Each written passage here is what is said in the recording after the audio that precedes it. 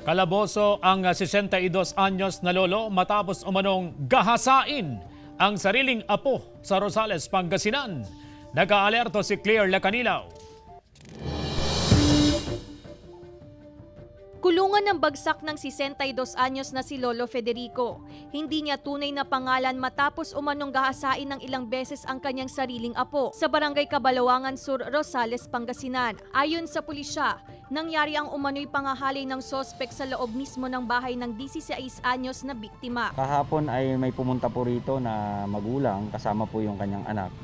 At sinabi nga nila na kanila pong nalaman na yung anak pala ay napagsamantalahan ng isang kanilang kaanak din. Kaya sinamahan namin sila kasama yung bata para ituro kung sino yung gumawa nun. Kaya inareston po namin yung suspect.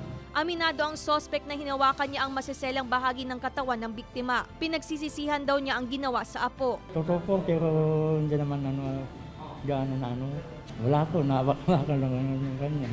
Tumanggi na magbigay ng pahayag ang biktima pati ang kanyang kaanak. Maharap sa kaukulang kaso ang sospek. Kami po ay sasampahan namin ng kaso, pero ang isang problema natin ay medyo matagal pa yung isang requirements. Kaya yung medical legal ng bata ay papasok.